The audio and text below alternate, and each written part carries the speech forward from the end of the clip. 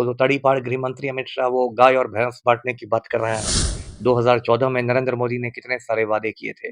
कहा था कि 100 दिनों में देश का काला धन आ जाएगा विदेशों से, हर हिंदुस्तानी के अकाउंट में 15-15 लाख रुपए आ जाएँगे। वही मोदी कहते हैं कि पकौड़ा तलना भी रोज़गार है। तो ये लोग इस तरह से सपनों के सौदागर होते हैं। ये तो वोट खरीदने की एक कोशिश आप कह सकती हैं। जैसे बिहार के चुनाव के पहले पलटू राम ने महिलाओं के अकाउंट में 10-10 हज़ार रुपए ट्रांसफर किए।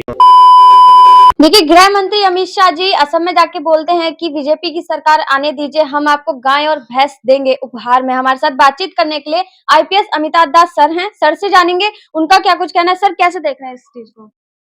अब ये तो वोट खरीदने की एक कोशिश आप कह सकती हैं। जैसे बिहार के चुनाव के पहले पलटू राम ने महिलाओं के अकाउंट में 10-10 हज़ार रुपए ट्रांसफर किए।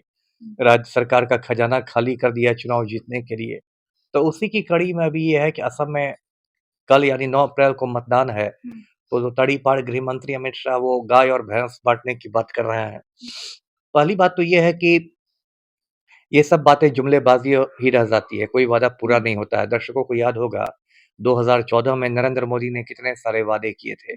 कहा था कि 100 दिनों में देश का काला धन आ जाएगा विदेशों से, हर हिंदुस्तानी के अकाउंट में 15-15 लाख रुपए आ जाएँगे। फिर कहा था कि हर साल 2 करोड़ लोगों को रोज़गार मिलेगा। फिर 100 स्मार्ट सिटी बनेंगे, बुलेट ट्रेन चलेगी, बहुत सारी बातें। अब वही मोदी कहते हैं कि पकौड़ा तलना भी रोज़गार है। तो ये लोग इस तरह से सपनों के सौदागर होते हैं जो बड़े-बड़े सपने दिखाते हैं और बाद में चुनाव के बाद सब भूल जाते हैं। एक बात तो ये। दूसरी बात है कि भाजपा का भी मतलब अलग-अलग भाजपा के चेहरे हैं। एक मंत्री अमित शाह कहते हैं कि हम गाय बाँटेंगे। एक दूसरे मंत्री हैं नितिन गडकरी, उन पर आरोप लगाया है कि उनके परिवार के लोग बीफ एक्सपोर्ट में शामिल हैं। मतलब गाय के मांस का निर्यात करते हैं। वही जो मुख्यमंत्री असम की हिमंत बिश्व शर्मा, वो कह रहे हैं कि गाय खाने में हमें दिक्कत नहीं है, लेकिन घर के अंदर खाइए। तो इन लोग के तरह-तरह के चेहरे हैं, रावण के बस 10 ही चेहरे थे, लेकिन बीजेपी के तो पचासों चेहरे हैं, अलग-अलग बात करते हैं, अलग-अलग तरह से लोगों को मूर्ख बनाते हैं। जी। सर, मोदी जी तो मतलब देश को हिंदू राष्ट्र बनाना चाहते हैं, जिसमें मांस मच्छी कुछ ना खाया जाए धर्म के नाम पर। पहली बात तो हिंदू राष्ट्र तो नहीं बन सकता है भारत और दूसरी बात है कि मांस-मछली को हिंदू धर्म के नाम पर कैसे रोका जा सकता है? बहुत सारे हिंदू मंदिर हैं जिसमें आप देखती हैं बलि प्रथा होती है ना? दुर्गा मंदिर, काली मंदिर में होती है। होली के दिन देखिए हिंदू लोग दाब के खस्सी खाते हैं, है ना? गोश्त खाते हैं बकरे का होली में। तो ये सब तो गलत है, ऐसे भी कोई व्यक्ति क्या खाए या ना खाए, ये उसका अपना पर्सनल चॉइस है, उसकी व्यक्तिगत इच्छा है कि वो क्या खाए, क्या नहीं। इसमें सरकार को कोई दखल-अंदाज़ी नहीं करनी चाहिए। जी। सर, अमित शाह को आप क्या कहेंगे? एक प्रैक्टिकल बात ना करते हुए वो कह रहे हैं कि गाय और भैंस बाँटेंगे हम। नहीं, चुनाव में तो यही है ना, इसी को जुमलेबाज़ी कहते हैं ना, हवाबाज़ी कहते हैं ना। अब बेरोज़गारी पर वो कुछ नहीं बोलेंगे, है ना? अशिक्षा पर कुछ नहीं बोलेंगे, भ्रष्टाचार पर कुछ नहीं बोलेंगे। जो हिमंता बिश्व शर्मा असम के सीएम हैं, उन पर भ्रष्टाचार कितने आरोप लग रहे हैं।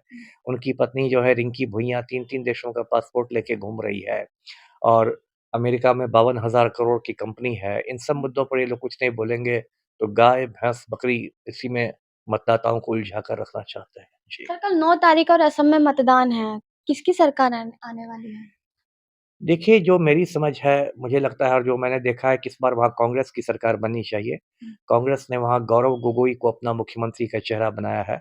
गौरव गोगोई के पिता तरुण गोगोई थे, जो 15 साल तक असम के मुख्यमंत्री रहे थे और गौरव गोगोई युवा हैं, साफ-सुथरी छवि है और शिक्षित हैं, विदेश में उन्होंने पढ़ाई की है, उनकी सभाओं में भीड़ भी बहुत आ रही है। लेकिन आजकल क्या समस्या हो गई है देश में कि चुनाव आयोग बहुत बेईमान हो गया है और जगह-जगह वोट चोरी होने लगी है। वोट चोरी, वोट डकैती, ईवीएम हैक करना, मतदाता सूची में हेर-फेर करना और अभी जो ज्ञानेश कुमार मुख्य निर्वाचन आयुक्त हैं, वो तो खुलेआम बीजेपी के दलाल बन के घूमते हैं।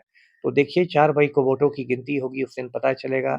लेकिन यदि ईमानदारी से चुनाव हो तो असम में मुझे कांग्रेस की सरकार बनती दिखाई दे रही है। जी। सर, असम के जो सीएम हैं वो बोले हैं कि अपनी जनता को कि गाय और भैंस का मांस खाइए, लेकिन घर के अंदर खाइए। क्या वही ना मैंने मतलब हुआ कहा इसका? कि हिमंत विश्व शर्मा कह रहे हैं कि गाय का मांस खाने में मुझे आपत्ति नहीं है, लेकिन घर के अंदर खाओ। अब यदि वो खाना गलत है तो अंदर-बाहर से क्या फ़र्क पड़ता है? यही भाजपा के अलग-अलग चेहरा है। कहीं आप गाय को माँ बना लीजिएगा, कहीं कहिएगा कि नहीं अंदर खाइए, कहीं कहिएगा दलाल पर खा सकते हैं, कहीं कहिएगा कि नहीं गाय का नहीं खा सकते हैं, भैंस का खा सकते हैं। तो ये सब फालतू बातें हैं। जो देश के ज्वलंत मुद्दे हैं, बेरोज़गारी है, अशिक्षा है, भ्रष्टाचार है, उस पर आपके पास कहने के लिए कुछ नहीं है। तो आप गाय-भैंस में आप फँसे हुए हैं और जनता को भी फँसा के रखना चाहते हैं। चलिए बहुत-बहुत धन्यवाद।